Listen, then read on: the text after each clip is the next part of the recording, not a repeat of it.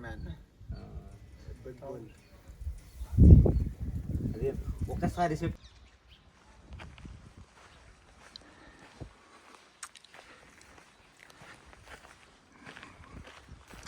Yep, I don't know the name of this temple. I'm going to find out to do research on this temple. But I'm certainly glad I walked up and over the hill to it.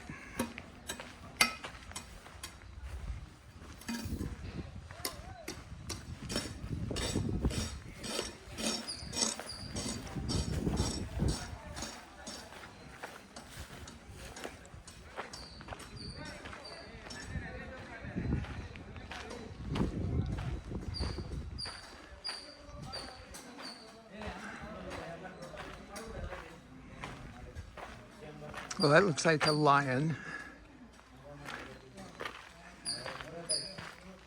It looks like a lot of elephant carvings, as I already said. Another lion holding this column up.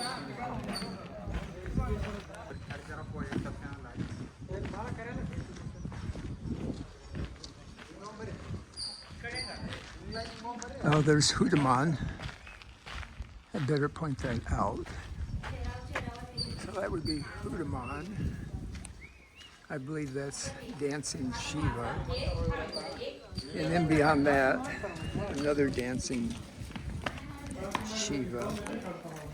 And beyond that, I don't know who they are.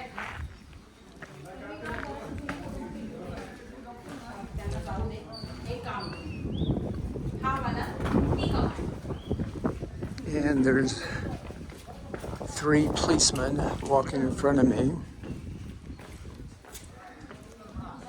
And they were very nice policemen.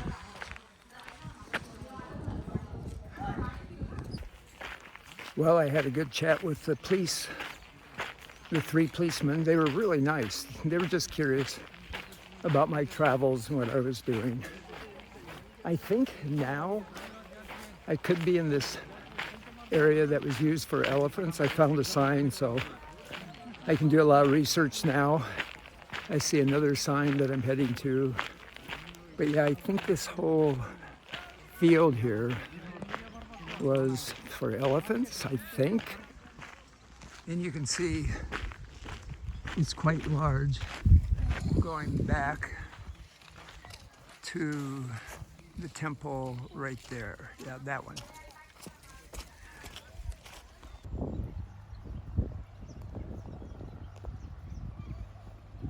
I'm not sure what these birds are eating out in these rice fields, but there we go.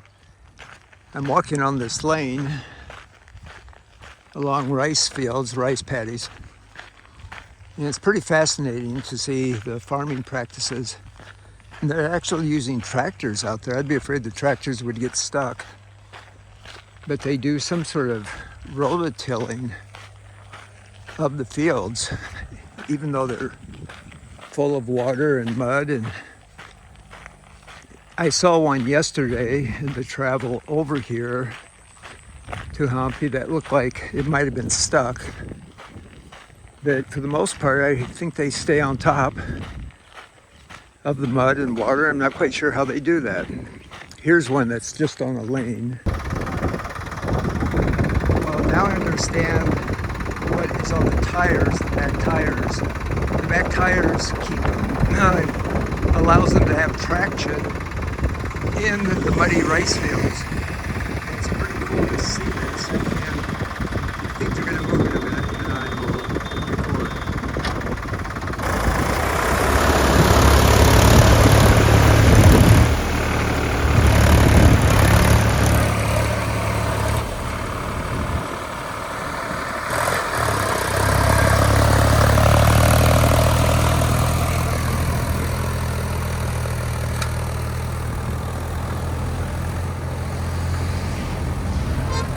So they're rototilling the field using a rototiller in the back, but the metal apparatus on the tires actually gives them traction Oh my goodness, I'm glad I ran into these fellows working in the field.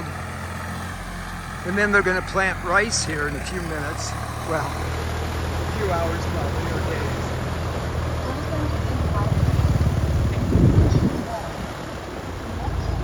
Oh my goodness, that's all.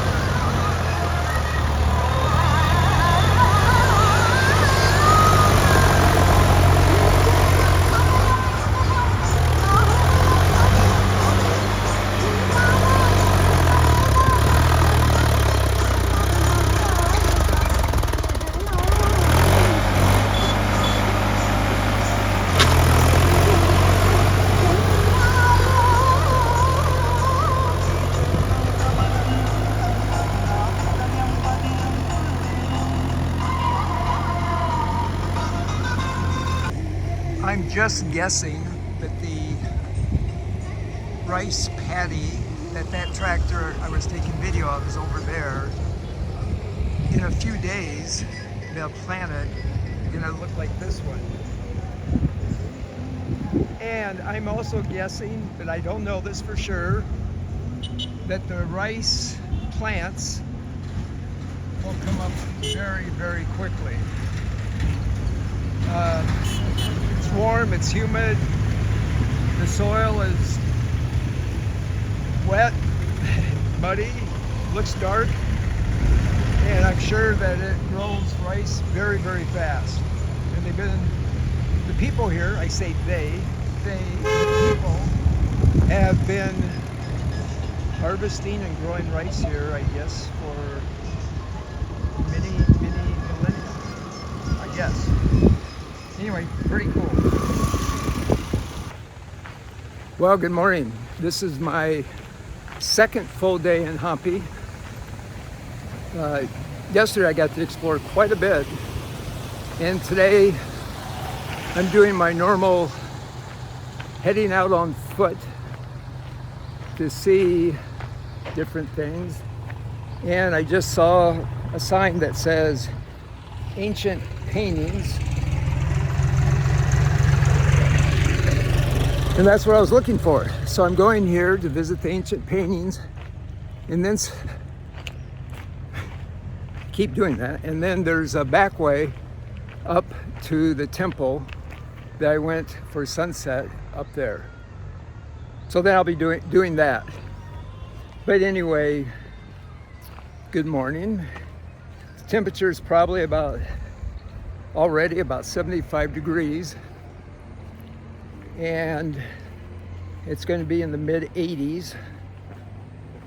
I'm still looking for a taxi to take me to Goa, but if I have to, I will take the bus, which I don't want to do, but I will if I have to.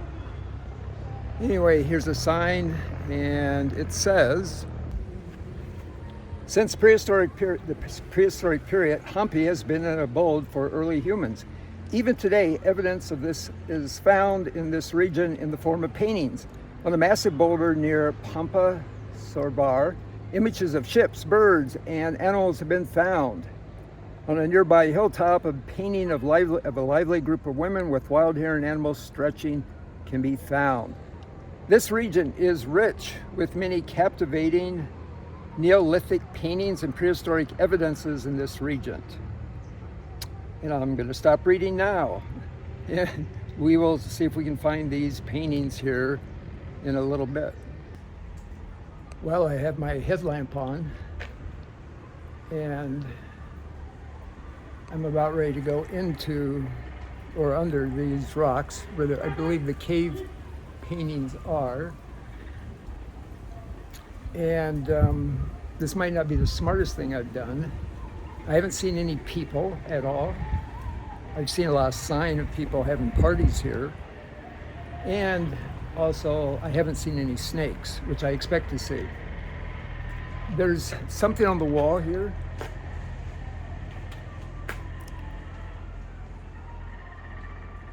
I don't believe this is the paintings, but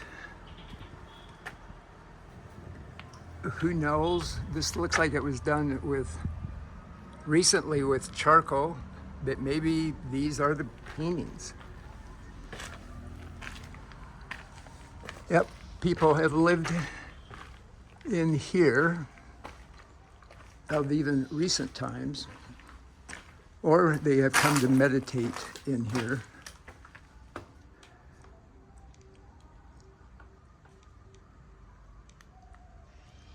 Kind of curious about how far back it goes, and if there's other paintings.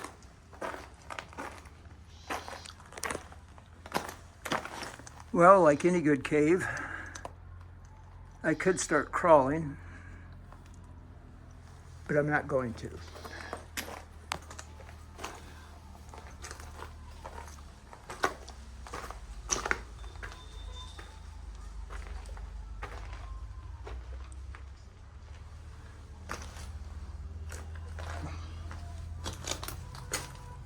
Okay, the cave continues up that way.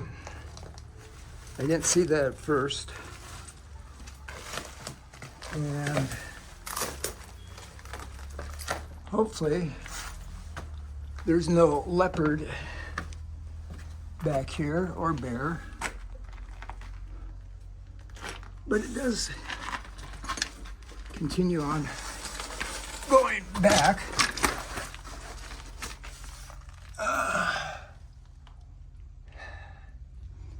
Keep expecting to see eyes, but I haven't seen any yet.